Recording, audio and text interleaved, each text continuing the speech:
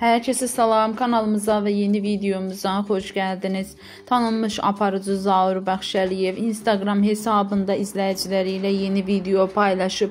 Belə ki, onların ailəsində xoş gün olub. Zaurun anasının, qardaşının və qardaşı qızının doğum günləri olub. Onlar doğum günlərini təntənəli surətdə qeyd ediblər. Görüntüləri sizlərə təqdim edirik. Siz də videomuzu bəyənməyi, gözəl fikirlərinizi, xoş rəylərinizi yazmağı, kanalımıza dəstək olmağı unutmayın.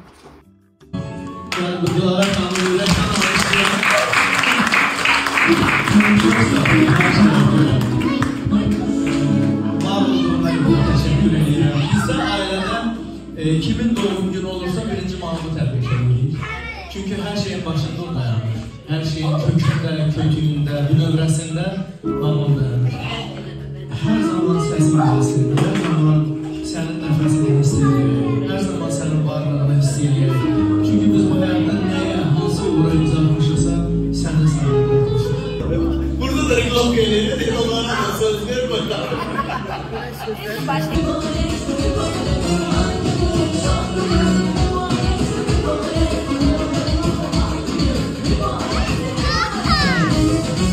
Bugün sizlerle böyüden ananın hakkında siz de bilemeyecek hakklardan, ki Azerbaycan